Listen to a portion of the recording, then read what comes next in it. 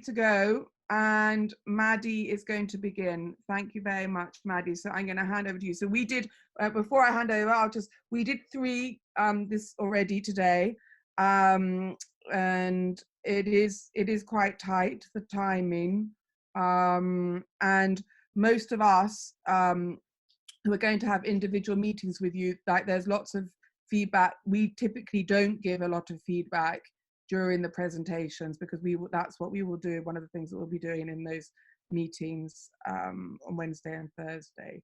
Okay, so we'll do 10-minute presentation. There was an instruction given about 5 slides maximum, and then 5 minutes of question and answer. Yeah, exactly. 5, 15, 5. Okay, Maddie, thanks very much. I'll hand over to you. Okay, awesome. So my project is entitled Walk It Off, an examination of the role of the Mount Vernon Trail in the Northern Virginia community. So I'm going to share with you a little map of the trail. So this is what it looks like. It goes through the George Washington Memorial Parkway, which is in Northern Virginia, Maryland, and Washington, D.C., and was created in 1930, and the Virginia section opened for the public in 1932. The parkway is a 2-lane concrete road surrounded by green space, and its landscape design is state-of-the-art and was very modern for its time. But in its conception in 1932, it was only accessible via car and had very little trail access. So in 1971, 2 community women named Ellen Pickering and Barbara Lynch staged a bike-in on a nearby road to campaign for a bike path alongside the George Washington Memorial Parkway. And it was wildly successful. And that November of 1971, they petitioned the National Park Service to create a Mount Vernon Trail alongside this road. And the Park Service was on board too, which was great, but they didn't have the funds. So they asked the community if they could volunteer to create this trail. And so on April 15th, 1972, the first 4.5 miles of the Mount Vernon Trail were opened to the public. They were gravel, but they were used by the community. So today in 2020, the bike path is 18 miles of a 2-lane paved road through woods. It includes bridges and little green spaces, very well maintained.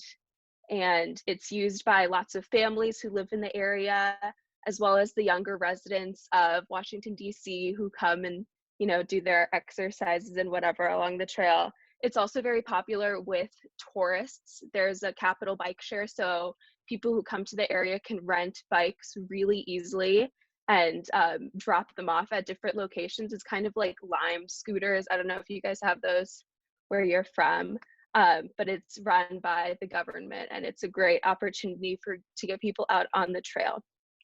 So mainly my project was talking about why public spaces are so important and why this public space in particular is so important. So there are lots of different aspects and lots of different scientific studies that have been done on why parks are crucial to society. One facet of that is the mental and physical health aspect. So physical health is pretty self-explanatory. People are more likely to exercise and get outside and move if it's free and readily available to them. Mental health is a newer idea. There are lots of studies that being in green space, even just seeing and smelling green space, can lower cortisol levels, which measure stress. And a lot of the people I talked to agree that as the stress pandemic spreads, parks will see a rise in importance in society and in urban areas, which is great. The other side of that coin is the impact on the natural world. So the National Park Service was created for conservation and recreation. Those are the 2 main pillars. Conservation obviously helps conserve things, so it's good for the natural world. Recreation also has a really big impact on conservation efforts, and as the Mount Vernon Trail is more recreation than conservation. This was something I talked about a lot. There's a trend that says that people are more likely to donate to conservation efforts if they have previous experience in nature and just like time outside in their youth. And the Mount Vernon Trail provides a lot of those early experiences in nature that can then create a sense of ownership and desire to contribute to those conservation efforts. And the third aspect is the social health aspect, which I hadn't really thought about before, but is really important to my community. So the way that I was discussing this with some experts is they phrase social health as community cohesion. So how well the community works together. And parks really contribute to this because they create a shared sense of ownership over a place and a sense of pride. This is especially true if communities are involved in the conception and creation of those parks, like the Mount Vernon Trail, which was a community-sourced idea. So part of my methodology was I did I walked the length of the trail, and I saw a lot of clues of how the park contributes to community cohesion and how the community takes ownership over the space. Like there were different signs that were homemade to supplement the signage made by the National Park Service, which was just adorable.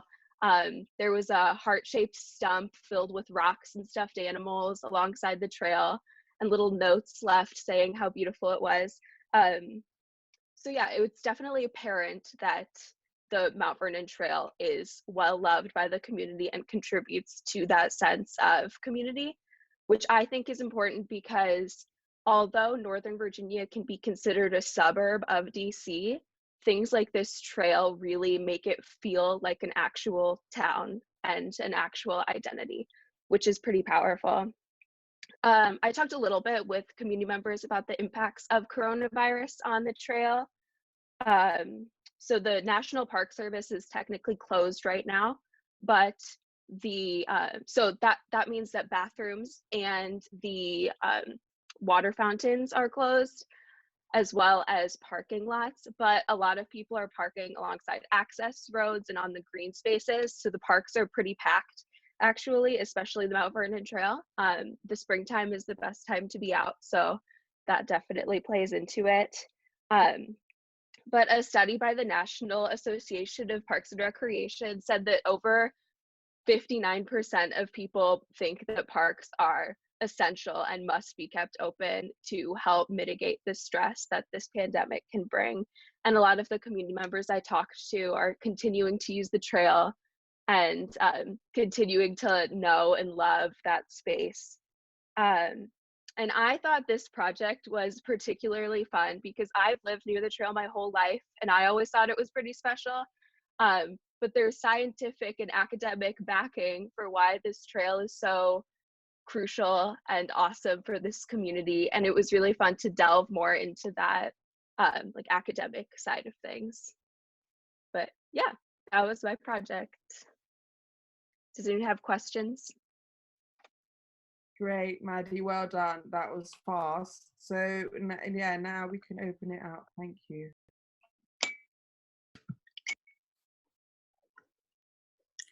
Oh, I had a question for Maddie. Oh, okay. Yeah. I was curious if while you were walking the trail and talking to these community members, if you noticed that there's any disparities on how the park was being managed, as in which places had access to it, because I know that's something that has come up a lot in certain larger cities regarding which places are heavily policed and that there's a strong like enforcement of social distancing and which places get to be open, and if you saw any of that play out with the trail. Yeah, so the trail kind of goes through communities. So it's bordered by the river on one side and then the neighborhoods on the other. So a lot of people have walking access to the trails. And on that walk, I never saw any police person out, which maybe is an issue, but no one was out trying to enforce any social distancing, although all of the community members I saw were either wearing masks or staying really far apart from each other. It also goes through Old Town Alexandria, which is a pretty big city. So there's a lot of different access points to the trail from there. Does that answer your question? Yeah. Awesome.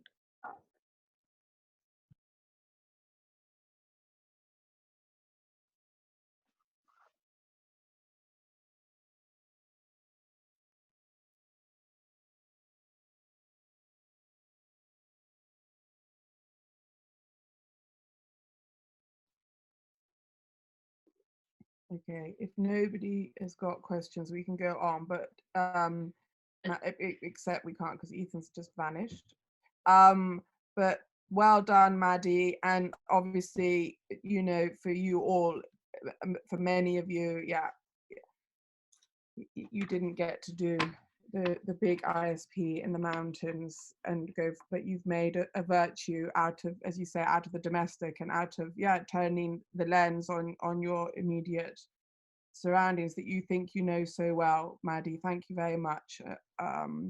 And also the presentations, we would normally have a jamboree and you'd have much more time to lay out your arguments and your data.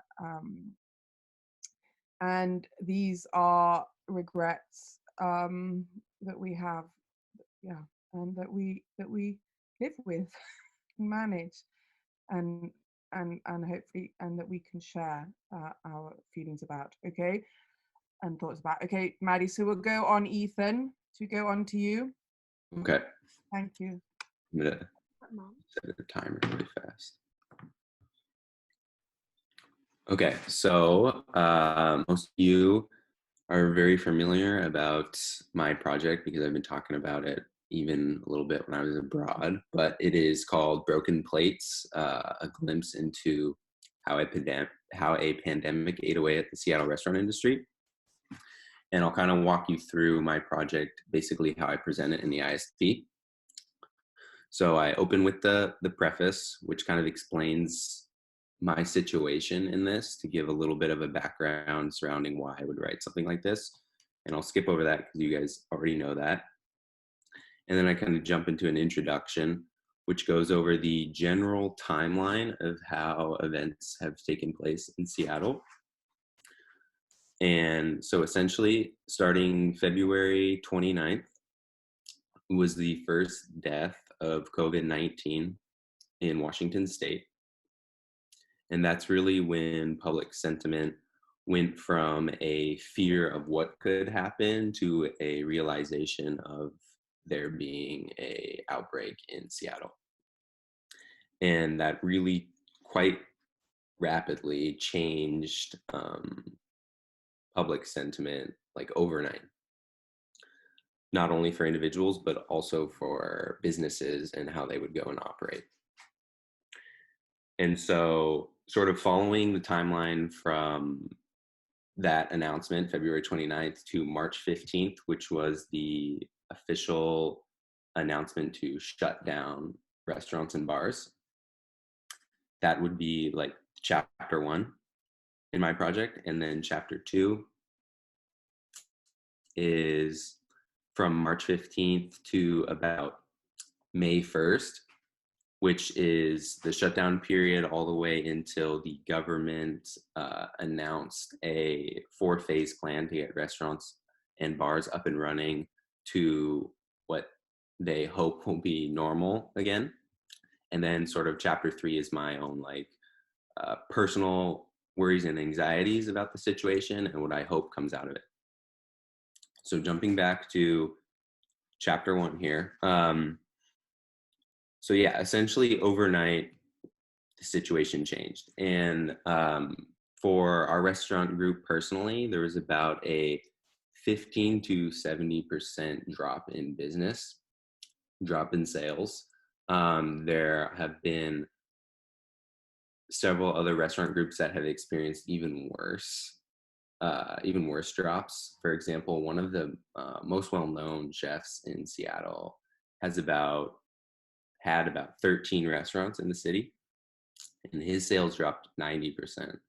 And he had to close 12 of his 13 restaurants just in order to stay like financially viable to potentially continue for the future.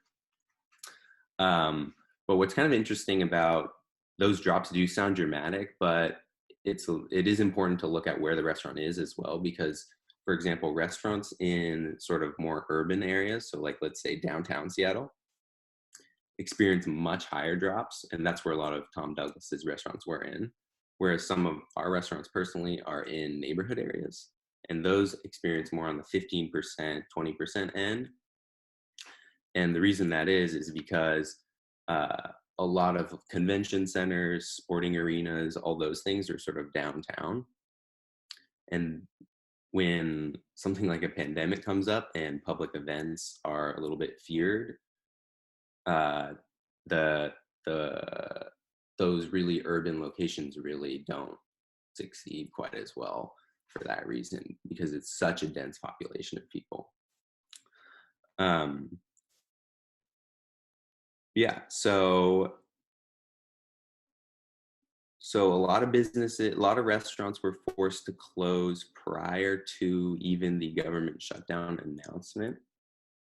And that's where you see a lot of the permanently closed establishments in Seattle, which is a bit sad. But when the government did officially announce the shutdown, that's when a lot of the unemployment started to happen. So for our restaurant group, we went from 537 to 2. For Tom Douglas's, I think he was forced to fire 800 employees. And there are other smaller locations, what you would call like chef-owned restaurants, which really just went down to the chef. So, that would be getting rid of all but one, or completely, having to permanently close, which is obviously the worst situation that could happen.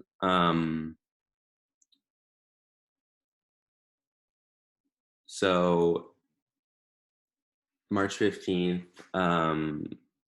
basically handling costs and finding public aid became like the primary job of owners and operators.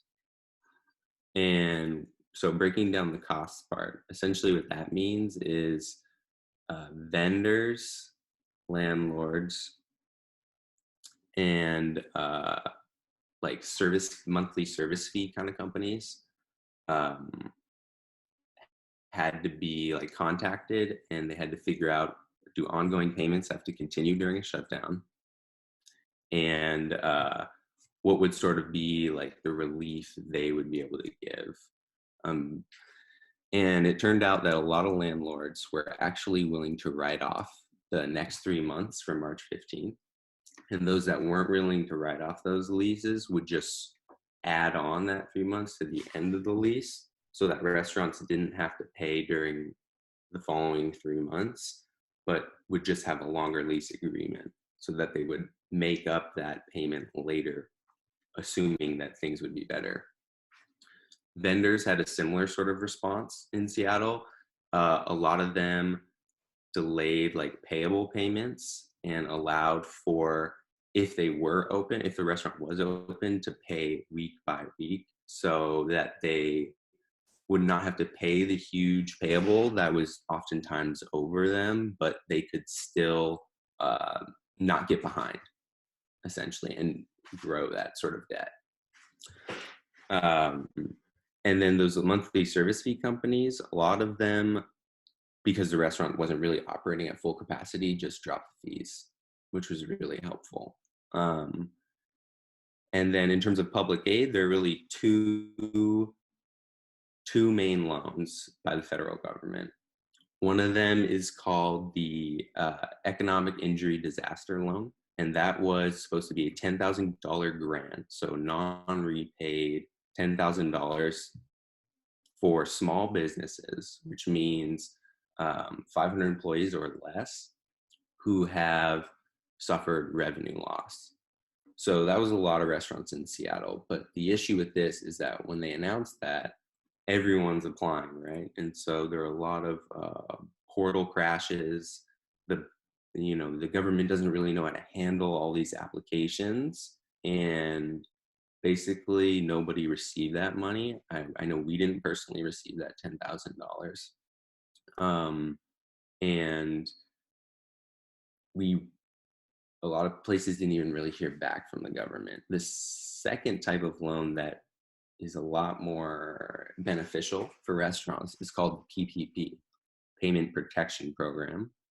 And that is a loan calculated based off the payroll. And it is essentially to help support your staff in a situation like this.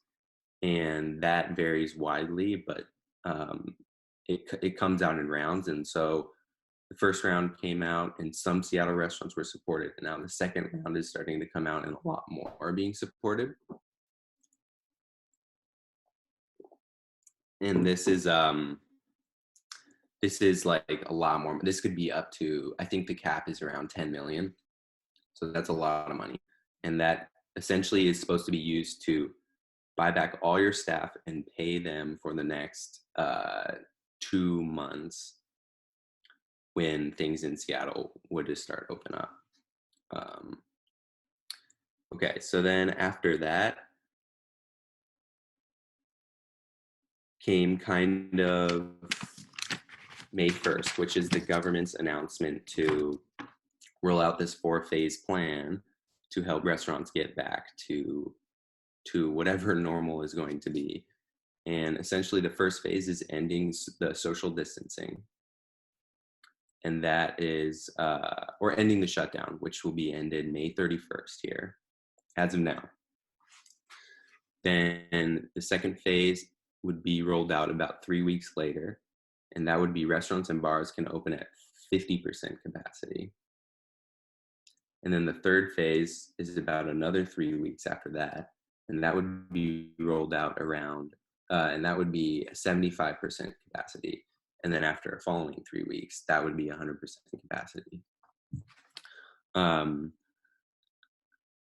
So that's where we're kind of at now with Seattle's situation. And there are some restaurants who won't even open until they can get to that 100% capacity. And there are others who are happy they can open right now. And that situation is highly dependent on, you know, the type of atmosphere you have and the type of cuisine you feed. So for example, like a lot of the fancier fine dining restaurants really need that volume because their food costs are extremely expensive. And so they won't be opening until sort of the more 75 to 100%, whereas the more casual, maybe even some bakeries might be opening around right away at that 50% because they can kind of afford that. So yeah, I am already out of time and that goes by really fast, but I have a lot more details and information I can share if you are curious enough to ask questions. But that's essentially a very fast overview of that 2.5 months since February 29th or whatever it's been. Yeah. Okay, Ethan, thank you. Very moving research that you're doing. Okay, so I'd like to open that up for anybody. Yeah, Ethan, you talked a little bit about like uncertain new normals or like what that would look like. Did anyone bring up what they envisioned or if they see like the restaurant industry changing or how they're trying to like get around that, or if things just going to go back to the way things were, and at least in, you know, the vision of the people you talk to? Yeah, absolutely. So a lot of what people in the industry are talking about is this whole like third-party delivery app-based services. And then there's another thing called ghost kitchens. So I'll start with the third-party delivery app-based services. So a lot of restaurants right now are thinking about like converting operations to solely do these takeout things because of the public sentiment. Going down to a table, sitting with people across from people you don't know, the servers, you know, handling your food, the cooks obviously handling your food, all that kind of stuff, right? So it just kind of is giving rise to a lot of almost like convenience, a lot of convenience, and the third party delivery apps kind of take out a lot of the romance in restaurants, in my opinion. Mm-hmm. And yeah, so it's just really an issue of like public sentiment and fear, and how that's going to shift a restaurant from something you dine into to something that is just kind of pumping out food for delivery. So that's one fear, which is very similar to a ghost kitchen. But a ghost kitchen is like, it's a brand that only exists essentially online. So it would be a restaurant that doesn't have a front of house. It's not something you can actually walk into. It's something that you can find online and you can order from. And it, again, will be delivered to you, but it's not actually it's only a kitchen. And so, for example, you're seeing a lot of that in New York, in these highly urbanized areas. One, for convenience, but also like out of, you know, fear again of contact. I mean, because with the restaurant, it's all like, it's an intimate experience, like eating somebody else's food. And if you're afraid of, you know, it getting contaminated and stuff by like the atmosphere of it, you kind of just want that delivery. The ghost kitchen is like an interesting idea because it allows like multiple restaurants to be run out of the same kitchen, or like multiple people could be sharing rent on the kitchen or something. Yeah, and there's a lot of like private investment going into it, even like kind of prior to this event. And obviously the third party apps were prior to this event as well. So it's not really, I think a lot of the fear is not really about like these future kind of, it's really about like this third party, these ghost kitchens kind of taking over and really like accelerating their growth in our society, and having less and less like of these chef driven restaurants, which are really just like these small places that are kind of nitty gritty and really all about like the dining experience. I think that's where a lot of the worry and fear industry will look like.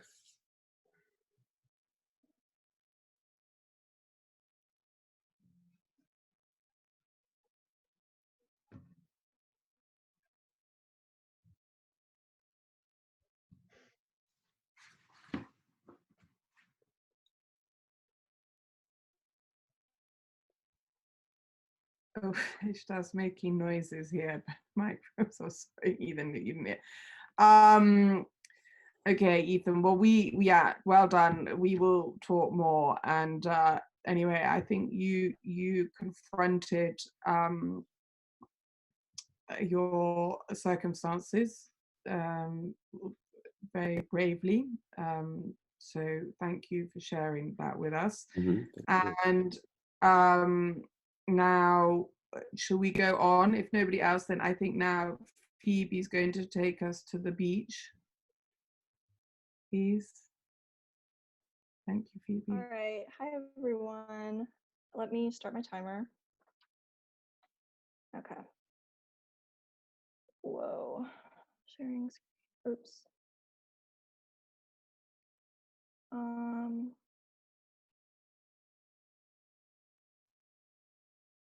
Okay, can everyone see that?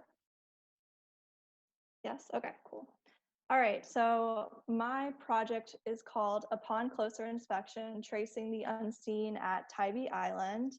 So for my project, I decided to take a look at a natural landscape that is very near and dear to my heart, which is Tybee Island in Savannah, Georgia, which is a beach about 20 minutes away from where I live and grew up.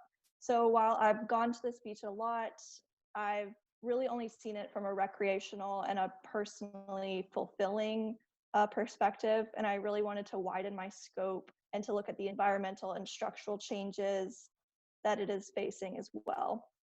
And I was inspired by a quote from Robin Wall Kimmerer, who is a naturalist author, and a member of the Potawatomi tribe, who I've read some books by, and the quote is, "Restoring land without restoring relationship is an empty exercise. It is relationship that will endure and relationship that will sustain the restored land.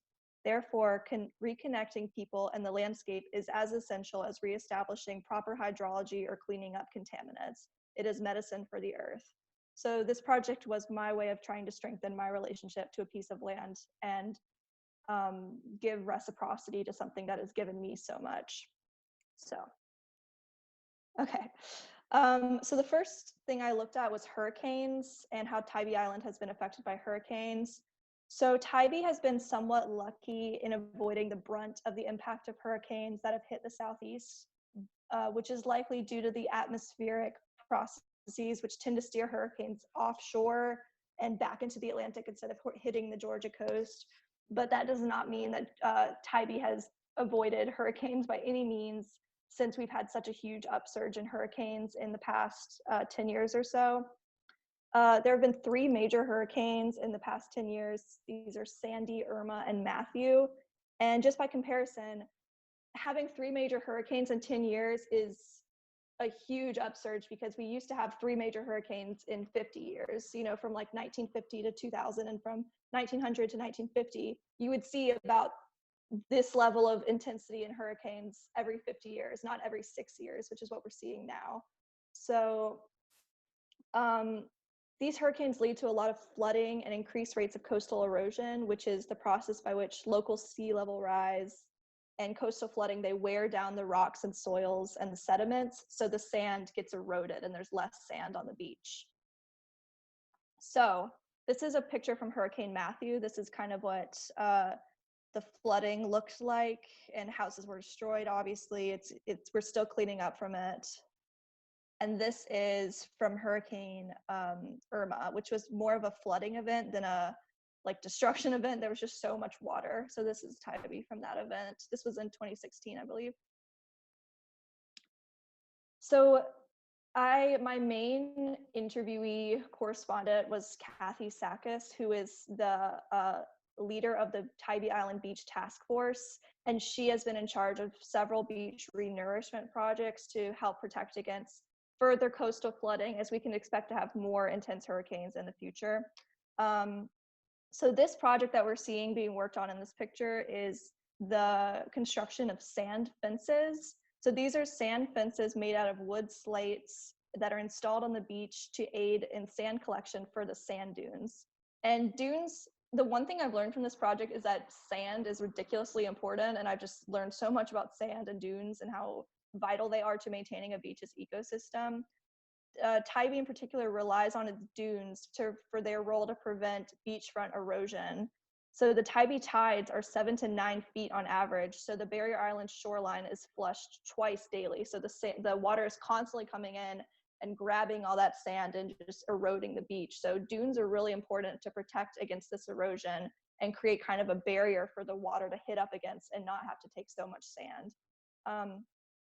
So these sand fences help to accumulate and give vegetation like beach grass and sea oats better protection to prevent beach erosion. So these plants that are planted in the dunes are really, really important for keeping the dunes in place. So they're planting sea oats and these other dune-like species are really important because the roots will go into the dunes and hold them in place. Otherwise, the dunes will just erode and you got more erosion happening. So this is the picture from the sand fences that were built. And this is another project. This was a $350,000 project, a dune restoration project that would better protect coastal environments from future storms and make the beach less susceptible to coastal erosion. So what they did was they implemented these huge sandbags that were, I think these are about 8 feet tall, and it just stretched over this huge portion of Tybee Island. And then they planted sea oats all over them to keep them in place. And so this protects against more flooding and is kind of a beginning measure to protect against the hurricanes that we know are going to come in the future. So this was a huge project. And that's Kathy Sakis planting sea oats on the dunes. Okay. Why isn't it moving? Oh, okay. So next I'm going to talk about dredging.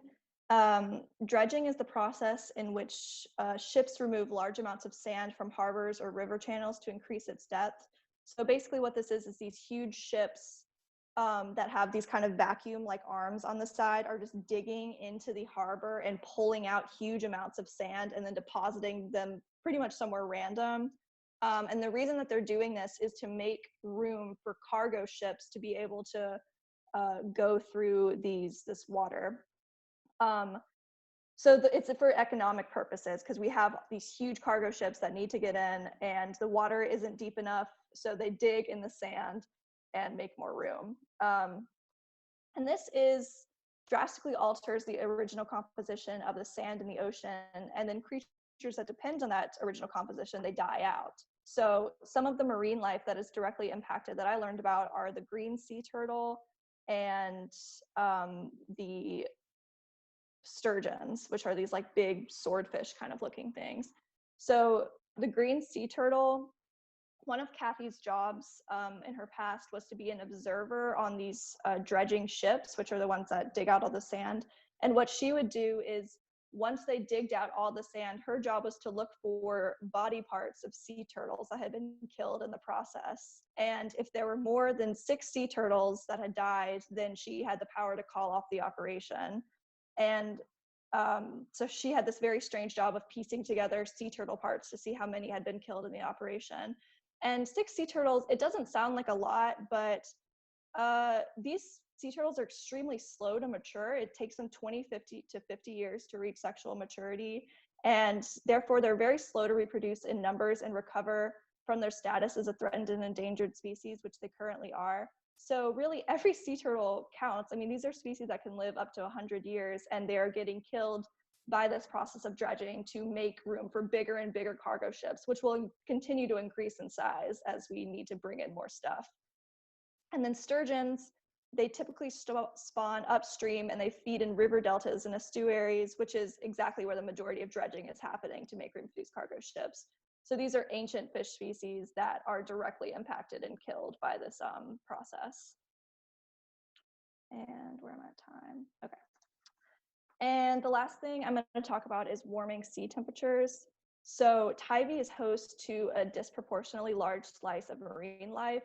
And this is a really interesting fact. Tybee, not Tybee in particular, but the Southeast Georgian coast is home to 46% of mollusks in the world and 24% of crustaceans. So these are endemic species, which means they are specific to this location. So when these species die off, we are losing a huge portion of the world's biodiversity because it's, you know, they're endemic to our location. So it's really important to take care of places like Tybee that have this huge hotspot for species like this. Otherwise, we're losing, you know, 25 to 50% of the world's species of this, of crustaceans and mollusks. And I'm just going to talk about ocean acidification really quickly because that's a huge thing that's going on. Basically, the pH of the ocean is dropping because of carbon dioxide dissolving in seawater. So as the rates of carbon dioxide are going up and up, more and more carbon is getting stored in the ocean and making the ocean more acidic. And the problem with this is that there are so many species in the ocean that have these shells that are made of calcium carbonate. And once the ocean becomes more acidic, these shells start to dissolve and the species are not able to survive and they're not able to grow the shells in the first place. So this is shrimp, this is mollusks, this is crabs, this is fish in general have these kind of shells that we don't really notice. So there are so many species that are suffering from this and that we don't even know about, as well as coral reefs. This is the reason that coral reefs are dying, is because of ocean acidification. So if you look at pictures of coral reefs, you know, from 20 years ago to now, they're now white and blanched as opposed to, you know, a healthy coral reef, which of course affects more species. So I'm running out of time and I did a lot of research and it was really, really fascinating. And I feel much more connected to this space now and a lot more aware of the struggles that it's going through, and a lot more connected to the species of the ocean. But the basic thing is we're going to see more and more problems due to climate change with the ocean. There's a whole host of problems that are going on underwater that we can't even notice, but I think it's really important to to learn and gather information about what we cannot see and therefore feel more connected to it, and put ourselves in the place of these species, because it's a really hard life right now and there's not enough time for them to adapt and to these rapidly changing conditions. So I think this project was really important for me to feel more connected to a place that's given me so much, so I want to give back to it.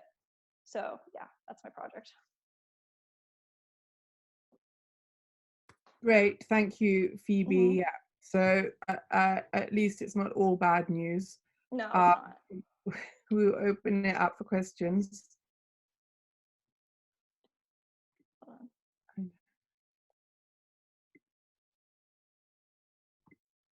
Go, Tamar. Are you? Yeah. Did you find out about any ways that the beach is being affected by like people who use the beach, like beachgoers?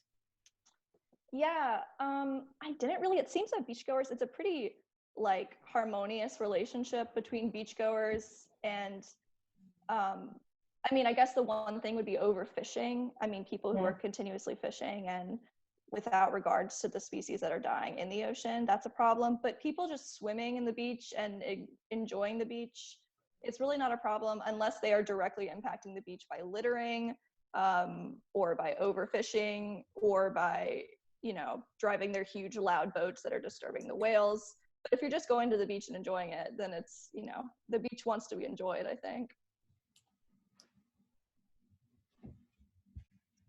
Sorry, I'm trying to stop screen sharing, but I don't know how.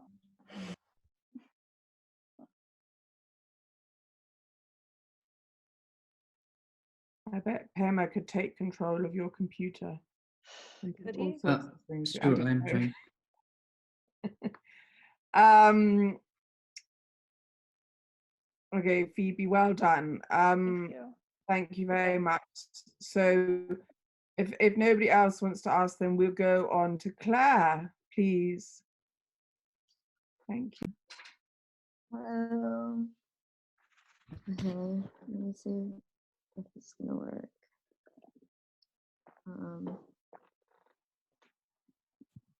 second.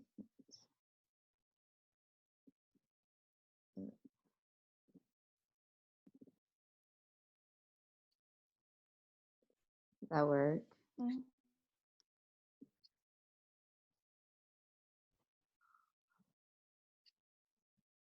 Second, I don't know how to make it present. We're really bad with PowerPoint.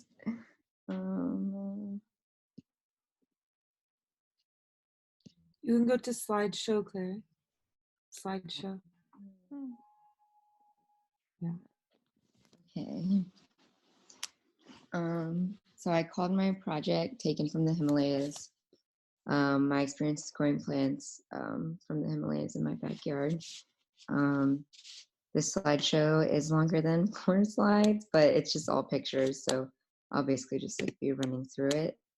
So basically for my project, I kept a journal, which I bought in India when we were all there.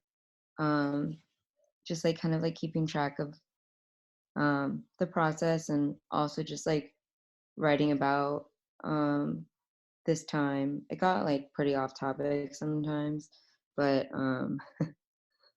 yeah. And then I also created like a catalog type thing, which is what that alfalfa thing is, which I made a page like that for every plant, like all 12 plants, that I grew. And I included stuff like how it grows, where it grows, some like facts about it, its etymology, and like obviously like its medicinal properties and like other uses, and then some history about it. And if there was any like myth or folklore about it, I also included that. And then some books that helped me along the way were just these 3.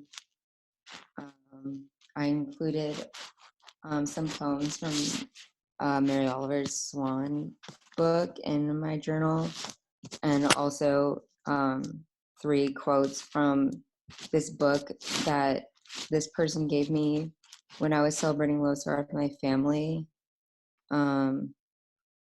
It's just like a bunch of quotes taken from Buddha.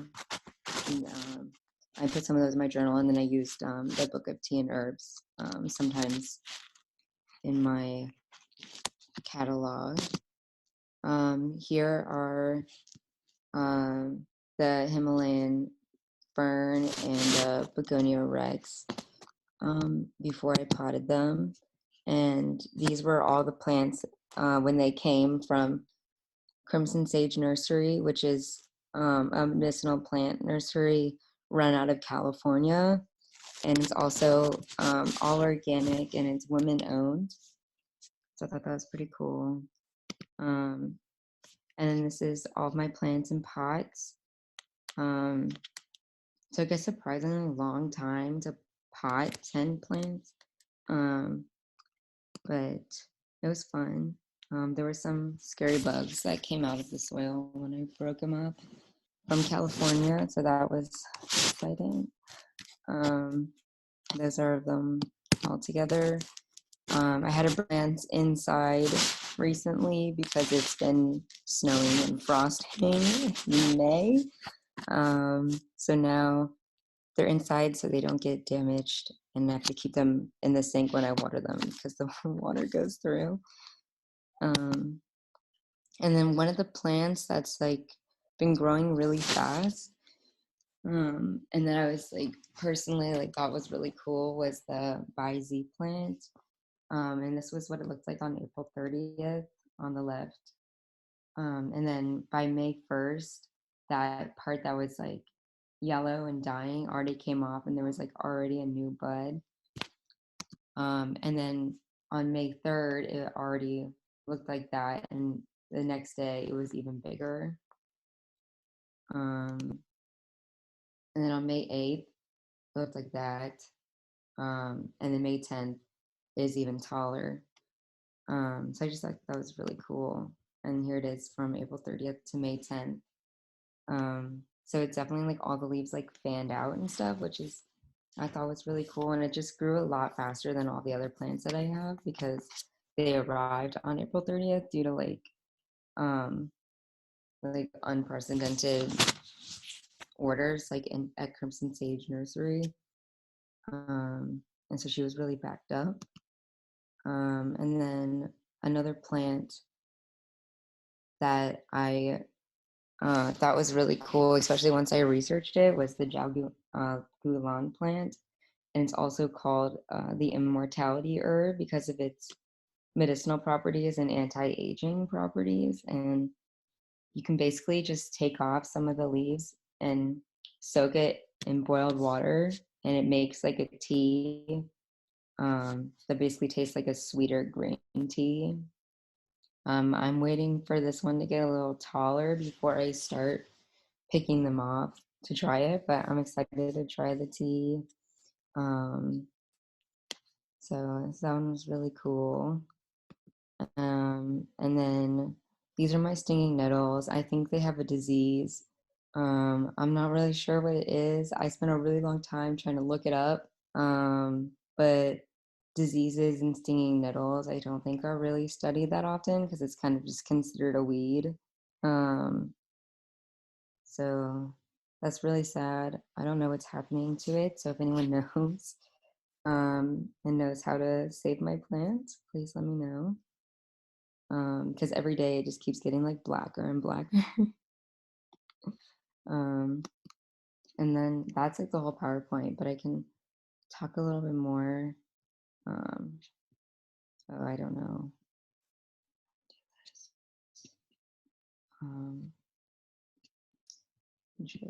Is my screen still sharing?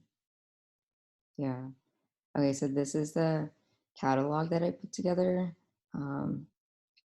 And the pictures, when I turned it into a PDF, got kind of blurry. But basically I have like the picture that I took of the plant next to like what it usually like turns into like once it's more mature. Claire, I don't think we're seeing anymore. I think we're still seeing the 6 stingy nettles. So we're not seeing what you're talking about anymore. But let me. Yeah. Yeah. I was seeing the slideshow. Oh wait.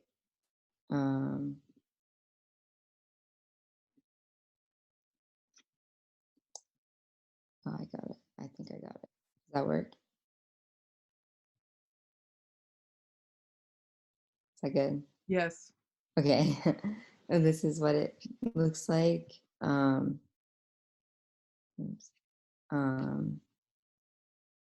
For all of these. The belladonna plant is really cool too. So like the entire plant is toxic, but it's used as an antidote to a lot of other toxins, and it's used to make atropine, which is like a medicine that's like widely used in modern medicine today and in like every hospital.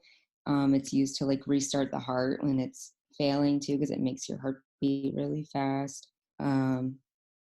And it's also a narcotic, and it's also been used to treat Parkinson's disease, because it has like this power of like reducing tumors and improving speech and mobility, which is pretty cool. And then, yeah. And I actually had no idea that the ferns were used medicinally either until I did this project, which is really cool because I already love ferns. I've loved ferns for a really long time. And I had no idea that they also have medicinal properties. So that was really cool to find out. And yeah, I mean, that's basically all I have. So. Okay, great, Claire. Thanks very much. Well done. So, it looks like your project's going to be with you for a long time. Yes, I'm excited to like, keep watching them grow, and then once they mature, I can use them and like or collect like parts of the plant that people use medicinally and try those out whenever I'm sick, I guess. Yeah, so we need the next edition of your work. We'll have to get you back in a season or two. Okay, so I just open it up if anybody's got anything else they'd like to add. Claire, why do you think paying attention to and caring for plants is important? I think it just makes you appreciate like the natural world a bunch more. And I know it's made me appreciate plants a lot more. And also just when I was doing the research for all of these plants, like I had no idea how many medicinal properties all of them had and other uses. Like I was completely amazed by alfalfa, and like I just like had no idea how important it was to like the agriculture systems, and like we wouldn't be able to have like our surplus of crops and livestock without it. Yeah, I think it just like makes you also just feel more connected to the natural world, especially like during this time where I feel very disconnected from a lot of things, including nature. It's really helped me out in that way personally. So.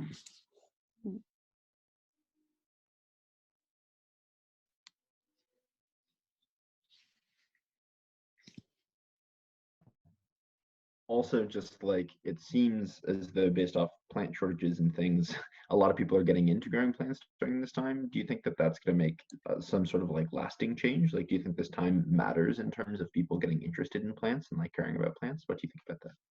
Yeah, I definitely do. And I know when I was like getting plants at like the nurseries and even like Lowe's and stuff, like department stores, like there were so many people buying plants, and I had like people like when I was asking the workers about things, they were saying like a lot of people were planting stuff. And when I called Crimson Sage, she said a bunch of people like obviously were ordering a bunch of stuff. And I think a lot of people have turned to like gardening and taking care of plants during this time too, not just because of the shortages of like plants, but out of boredom. And it's something you can do at home while also getting outside. Yeah, I think it definitely will create a lasting change in people. And I know like I want to continue to grow plants consistently. after this. Yeah, if you're interested, there's a bunch of weird academic articles about the phenomenon of plant blindness, in which like people don't usually find that plants fit within their attention span. So like that could be interesting if you want to like read and think about it. Yeah, this sounds interesting.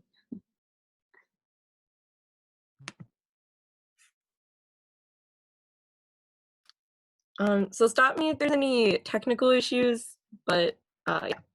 So I decided to do my ISP on basically this rise of public officials like from China like becoming extremely active on non-Chinese based social media.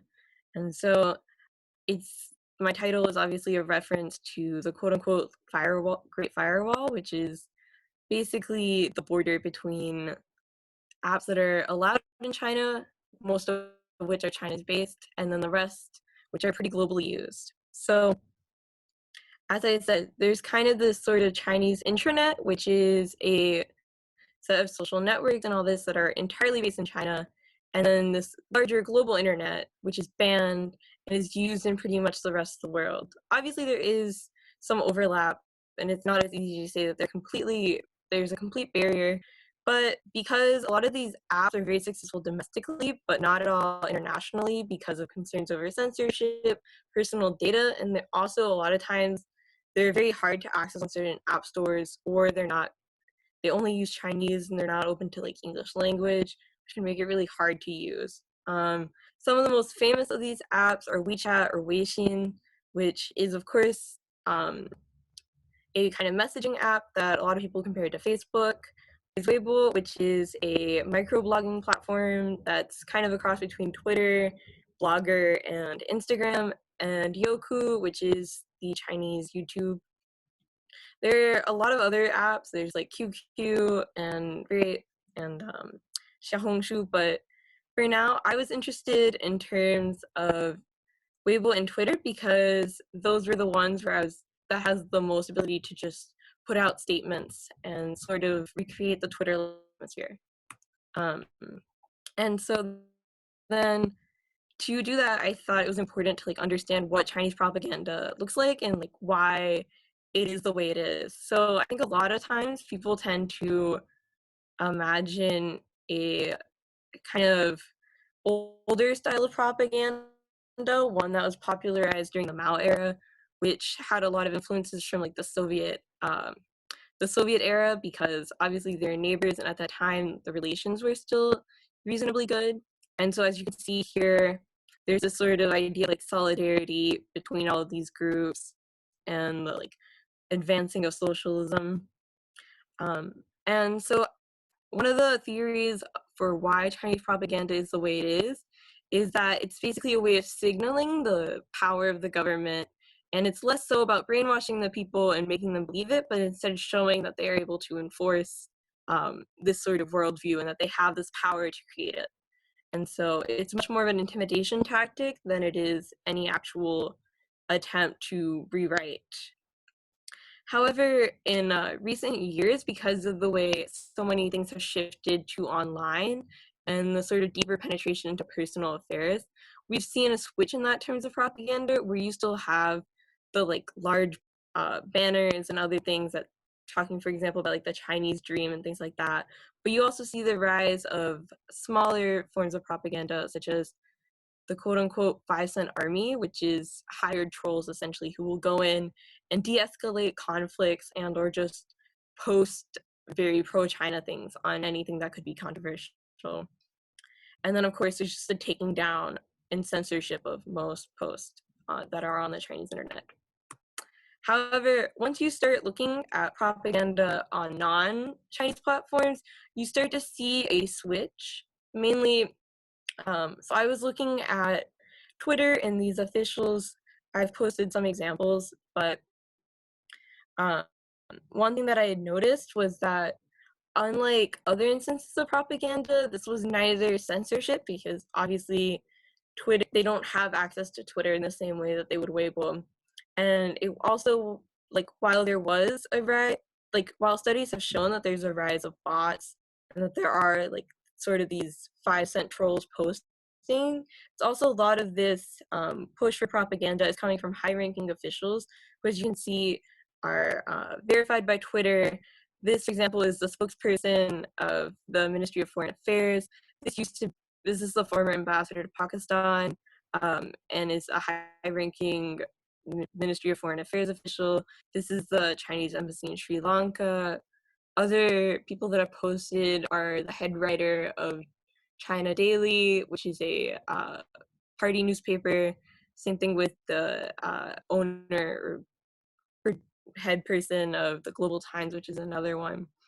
And as you can see, one of the things that they have really been expressing like very strongly is this idea that China did nothing wrong and that the US is to blame.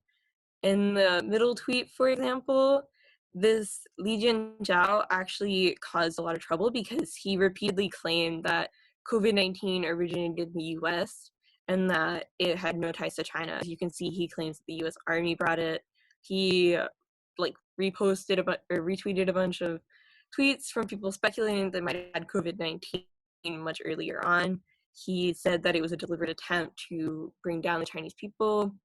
And this actually caused such a stir that the US ambassador got called in to comment on these because it was so blatant and it was said as an official spokesperson. Similarly, here you can see the fact that there's this sort of framing of China and the US as opposites, and that because the US did not handle COVID-19 well, that China did, and this sort of pushing back on the narrative that they silenced whistleblowers or that they in any way were responsible for the crisis that we are in now. The last one was interesting because it was a lot of these accounts will respond and interact with just like random people, so they'll just go through the mentions and random threads and be commenting pro-China statements. But this one gained a lot of backlash, and the account actually got suspended on Twitter for its post. It later got reinstituted after a lot of backlash in China, but I think it just shows the ways that there's different plays and sort of this breaking barrier between what is acceptable within these Chinese apps and what are acceptable in these kind of global apps like Twitter, and then who gets to moderate what and like what freedom of speech looks like. And so you see this pattern not only with officials, but I think this greater lack of knowledge about how to manage outside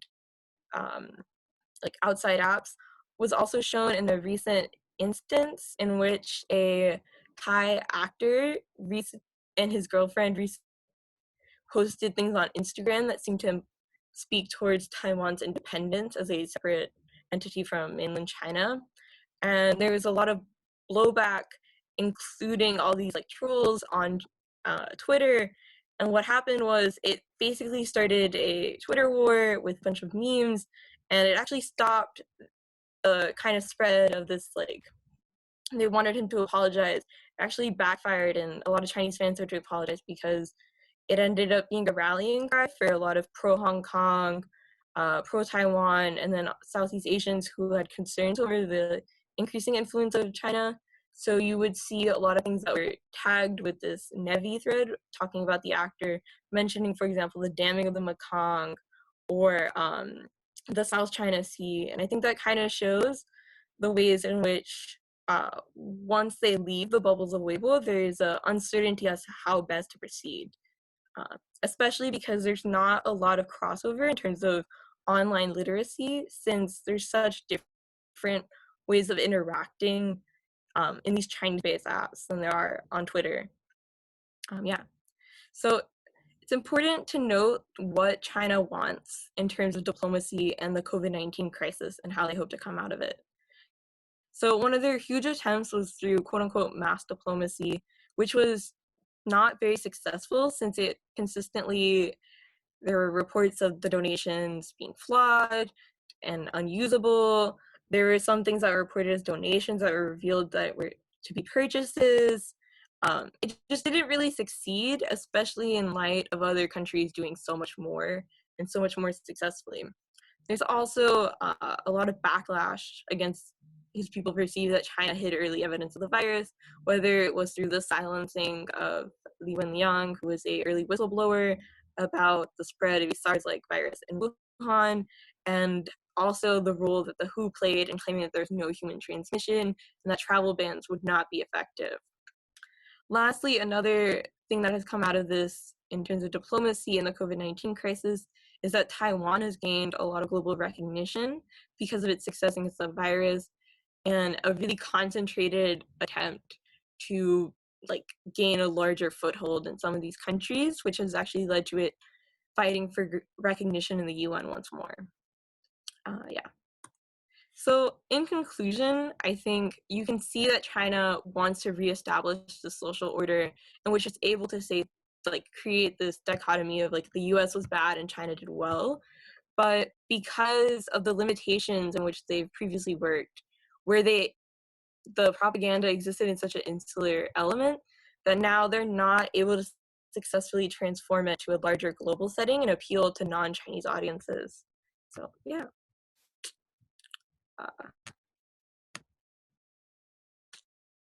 Great, Pauline, thank you. Yeah, so that worked. I hope you can hear us now. I'm sure you have lots of questions, and you, of course, were able to do the project that you always wanted to do, as it were, even if you weren't thinking of Corona. So you had an export quality project. Oh, okay, cool. Okay, so my ISP is called Embroidering in Quarantine, the Rejuvenation of the Seasons. So what I'm gonna do is, first of all, I'm gonna walk you guys through the process that I took to go ahead and do my embroidery. I'm then gonna talk about some of the symbolisms behind my embroidery and the meaning of it, and then finally go into some of the limitations I faced doing my ISP during a shutdown. So first of all, the process of embroidering. I've been embroidering for about a year now, but in the past, every time I did an embroidery, I simply looked up a picture on Pinterest or on Google, and then I just copied that embroidery onto a piece of cloth. But this time I had to make my own design. So it's important that when I embroider, I have a clear image of what I'm going to actually sew. Otherwise, it's really hard for me to actually go ahead and sew that into the cloth. So I started by first drawing out the image onto pencil and paper after conducting a lot of research about what I was actually going to draw. The second step was to make a color image of what the embroidery was going to look like. So I just colored in that image using pastel, crayons, markers, and colored pencils. So this whole process took me about a week because, like I said, it included a lot of research about what I actually wanted to go about embroidering. Finally, I was able to move that to transfer paper onto the piece of cloth and start the embroidering process. So unfortunately, I have not been able to finish the embroidery yet, but I'll touch on that a little bit later about some of the difficulties that I faced during the ISP period that led me to not be able to complete the embroidery in time.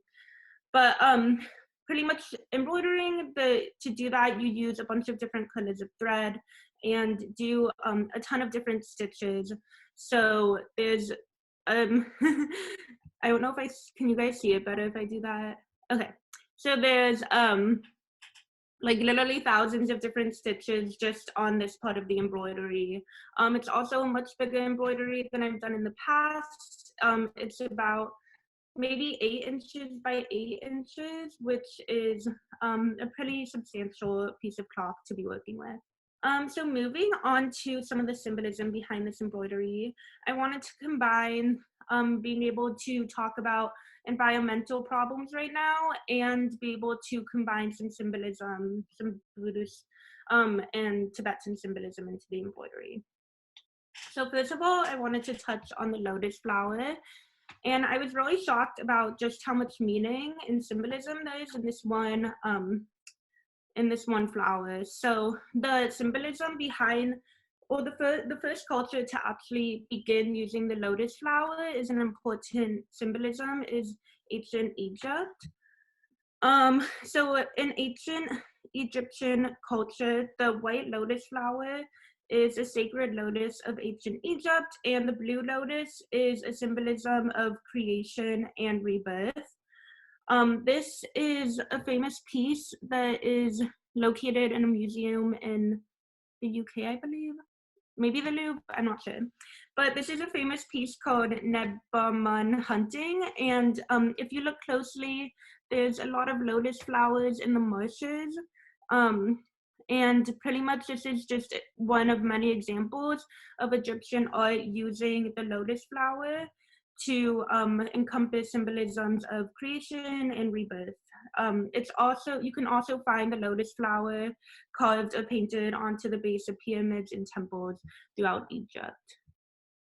Let's see.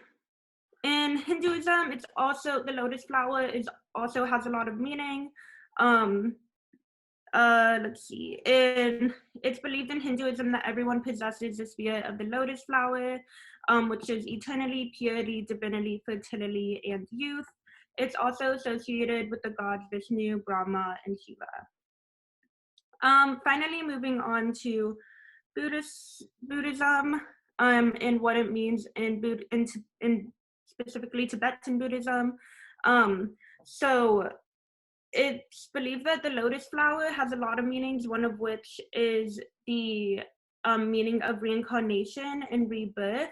So every evening, the lotus flower will go back into the muddy water, and which represents chaos, and be reborn in the morning into a pure atmosphere, and pretty much reincarnate in the morning. It's the same flower, but it just goes down and moves back up. So that's how it's that's how it has meaning for rebirth. So you can see in my image that I'm embroidering, I put the earth over the lotus flower.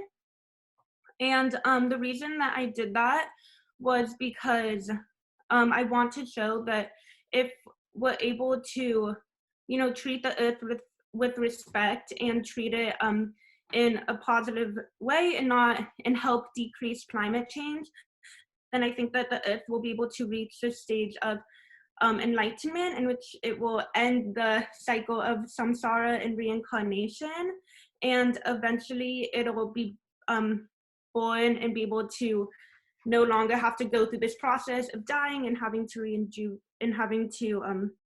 be reborn again. So I put the earth over the lotus flower to symbolize that. The other thing is that the different colors of the lotus flower have a lot of different meanings. So the pink lotus flower is associated with Buddha and the ability to reach enlightenment. So I wanted to add that into my embroidery because, again, I'm trying to show that the earth, if we treat it with respect, it'll be able to end the stages of samsara. And then additionally, this picture I kept on going back to is an image of Avalokiteshvara. And Avalokiteshvara is associated with the red lotus flower, which means compassion and love. And quickly, the story of Avalokiteshvara is that he's a bodhisattva, and he was on the brink of reaching enlightenment, and he looked down at the people below him and noticed that a lot of people were suffering. So he wanted to devote his practices to helping end the suffering of those around him. Eventually he realized that he wasn't making much progress, and he broke out into thousands of pieces, and those pieces combined again. And he then had thousands of heads and thousands of arms, which he could use to help the people around him be able to provide them with more compassion and love by looking out through all different directions.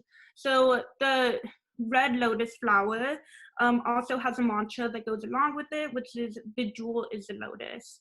And this means that everyone has the power to reach enlightenment, and also everyone has the power of compassion and love. So I wanted to add the red into my lotus flower as well, because I think if everyone's able to treat each other with compassion and love and be able to treat the earth with compassion and love, it'll be able to reach the stage of enlightenment faster. And then, let's see, the tree here. So usually Buddha would be, there's a picture of Buddha here, and then behind him there's the Bodhi tree. But I didn't want to use that tree. I wanted to use a different type of tree. So this tree is a representation of, says my internet's unstable, but this tree is a representation of the different seasons, because as the earth is reborn, it brings with it life as well as the different seasons. So here is spring, represented by a bunch of different flowers. It moves into green leaves to represent summer, finally fall leaves to represent fall or autumn, and then it moves into the snow over here. So I only got about this far with it, but I plan on finishing that soon. And then additionally, I have the mountains in the background to represent the Himalayas, which I believe are becoming an iconic image of climate change overall. There's also an interesting article that I read in the New York Times recently. It's called "As the Himalayas Warm, Nepal's Climate Migrants Struggle to Survive." So this article talks about how the Himalayas are really struggling due to climate change. There's been a lack of plant growth, a big shortage of water as well, and it's causing a lot of Himalayan or people who live in the Himalayas to have to move to lower altitudes because they're not able to grow their plants. So there's also been a huge acceleration of melting in the Himalayas. There's an increased spread of dengue and malaria, and overall, this is a really big problem, especially in Nepal, because 70% of Nepal's economy is based off of agriculture. So as plants are no longer able to grow at the speed that they would, this is not only going to affect Nepal's climate and environment, but also will have significant impacts on the economy. And then, so that's the symbolism behind this piece. I wanted to move on to some of the limitations and some of the reasons why I was unable to finish the piece in time. I ran into a lot of issues with getting the proper materials because normally I would be able to go to my local art store, which was closed due to the shutdown. Additionally, Amazon, though it said that it would be able to deliver a lot of the materials within a couple of days, it actually took weeks for a lot of the materials to come in. So as I was going throughout my embroidery, I ran out of different colors of maybe brown or pink, and then I had to wait for those to be shipped. My needles kept on breaking as well, so I had to order more needles. And then I also ran into the issue of being able to have the transfer paper to move it from the piece of paper to the cloth. The transfer paper took a week to ship, so I wasn't really able to do anything during that week period. So overall, it just took a lot longer than expected, but like I said, I plan on finishing this as soon as I can, and eventually I want to send it maybe to Nepal or to the Yantra house to be put somewhere that's more special than just hanging in my room. So yeah, that's the end. Great, thank you, Gabriella. So that's obviously not the end. Yeah. So that's a report on work in progress. So I'll hand over to the others now that we don't have the interference. Yeah.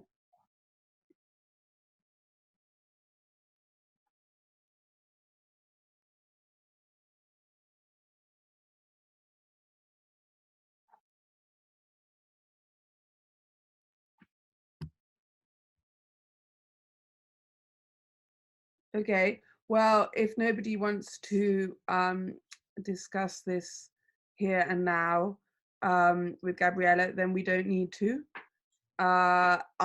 Anyway, I'm very much looking forward to seeing it, and it would be amazing if you could, if you did even want to send it to Kathmandu, to the Yantra house, and one day hopefully there'll be another program there, and soon. And we can all celebrate. Okay, thank you, Gabriella, good luck, and we'll talk more when we meet individually.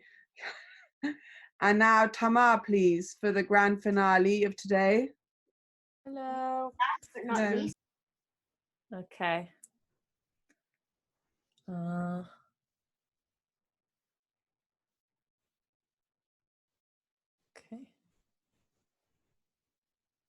Can you guys see this? Okay. So my ISP is titled The Leaves of Tibet and the Aesthetics of Thangka Painting Explored with a Modernist Brush. So my project, I unknowingly began my project when we were at CIHTS in Sarnath, when we were in the library and we were looking through some of the books, and I came across this book of thangka paintings, which was illustrating a Tibetan epic called The Life of King Gesar. And I just noticed these trees, which are just like delightful, and they just seemed really quirky and almost Dr. Seuss-like to me. And so I took pictures of them in case I wanted to use them in some painting later. And now they've become my ISP.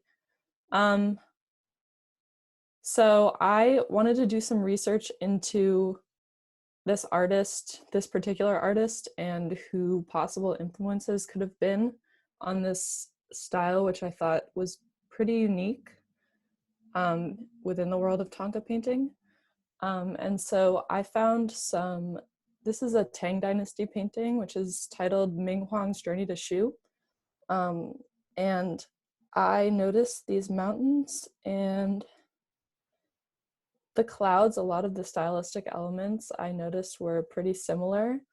And I was also looking at these Mughal era paintings, miniatures, and a lot of the leaves seemed fun and cute in a very similar way to these paintings which I had originally seen. And so I think this helped me realize that this painter wasn't necessarily doing something modern and you know, it wasn't a Dr. Seuss influence like I had thought, but it was really just this attention to detail, and like it just seems that this painter took a lot of joy in every part of the painting, especially the trees. And so in quarantine, I decided to make a painting which I wanted to be a self-portrait. I wanted it to feel personal, but I also wanted to use a lot of those elements of the paintings that I had seen in Sarnath. And so I decided that I would do a self-portrait that was set in this background of this mountainous, lush landscape that I had seen in those paintings. And I would do the background in that very stylized manner. And the idea was to paint myself in a more realistic way, in a more realistic style, so that kind of that contrast would, I mean, originally I just decided to do that because I like painting people and I like painting faces, so I wanted to do that. I just thought I would enjoy that, but the symbolism there of like, I just imagined it as my current self being myself in the portrait, in the background looking pretty fake and flat by comparison, being this idea of the Himalayas that I had in my mind that I pictured myself being in for a long time. And this painting seemed to be like, you know, communicating that that would just have to remain an idea and it wouldn't be a reality for a little bit, maybe later. So yeah, and then I wanted to communicate that, so if myself in the painting was like my current self here in New York, I wanted to show that I still felt some connection to the Himalayas and it wasn't just this flat background behind me. And so I decided to paint myself holding a black-necked crane, which is a bird that is native to the Himalayas and the Tibetan Plateau.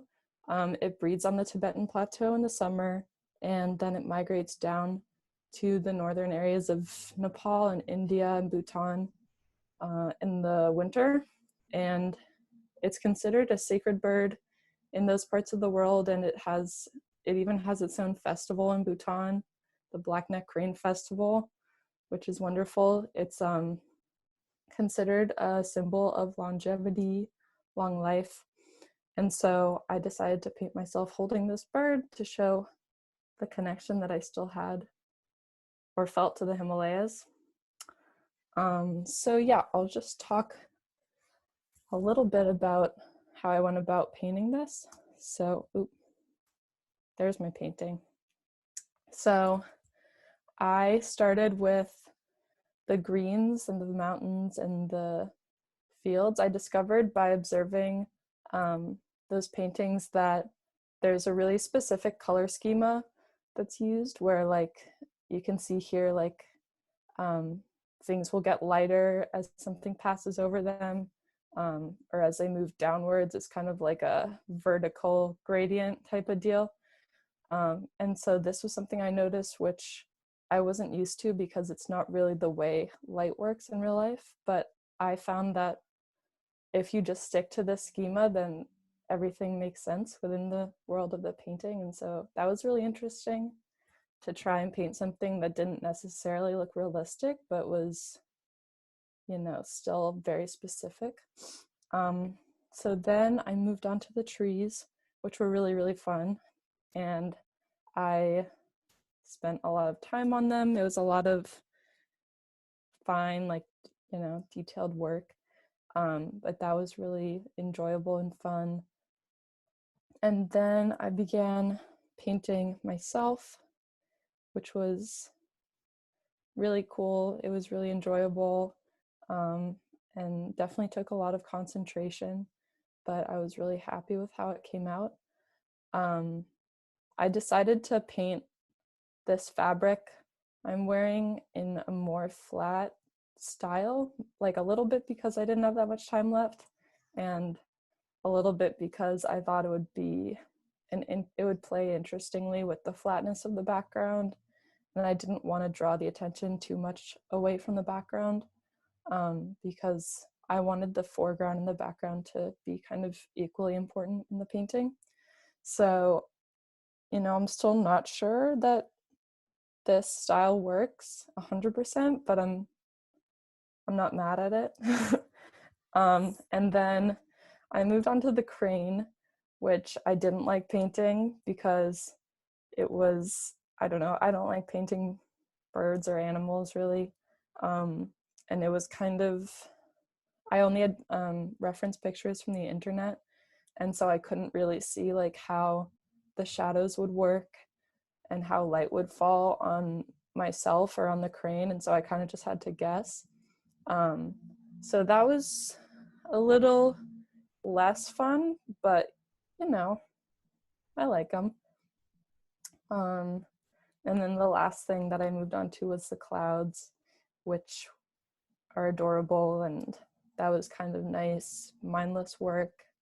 And yeah, so I think I learned a good deal from painting this.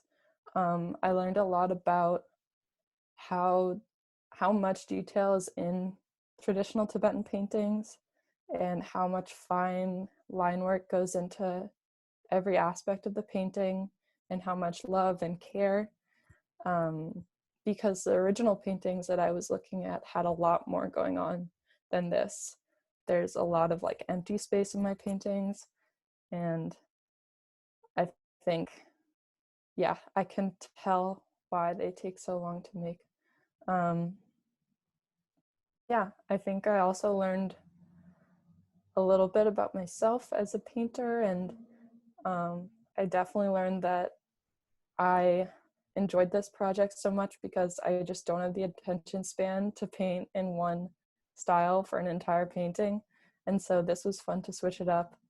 It felt like the time that I spent painting the background felt really different than the time that I spent painting myself, because the background was, I was following rules, and I was, you know, I was kind of copying something else, and that was more of a learning experience. And then adding my own personal touch was really satisfying. And so, yeah, this is my little ode to the Himalayas I never got to see. And I hope that I will see them one day. And that's my project. The end. Yeah, Tamar, well done. Really Thank you. incredibly beautiful. Thank you. How do I? Yeah, look, you've got lots and lots of claps, applause. So please, who would like to make a speech to Tamar? I just want to say I'm like blown away. Like that's one of the most incredible things I've ever seen. Oh, Phoebe, thank you. Yeah, that's so cool. I had no idea that you were that good. Stop it.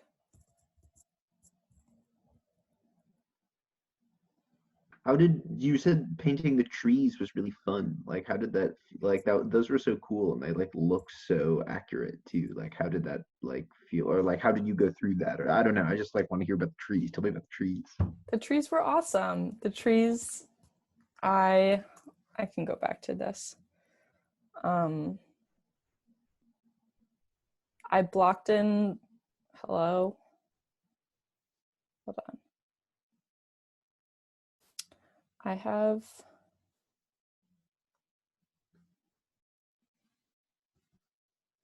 How did you do that? Is it just sharing my screen? Hello? It has you like mid compress. Oh, the oopsie. G effect. Oh, there we go. Sorry about that. You are forgiven. Present. Yeah, so I started by blocking in just like the background color on the trees, and then I let them dry for a bit so that the colors wouldn't mix when I was doing the details.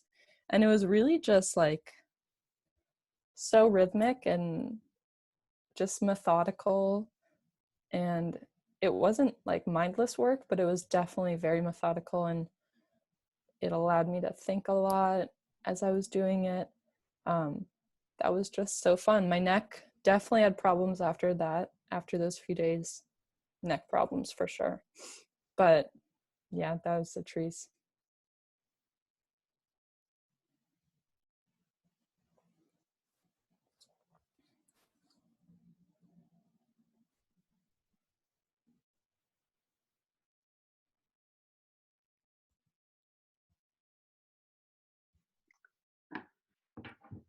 Yeah, more applause for Tamar and for all of you. I cannot believe that we are absolutely spot on time. You are the most professional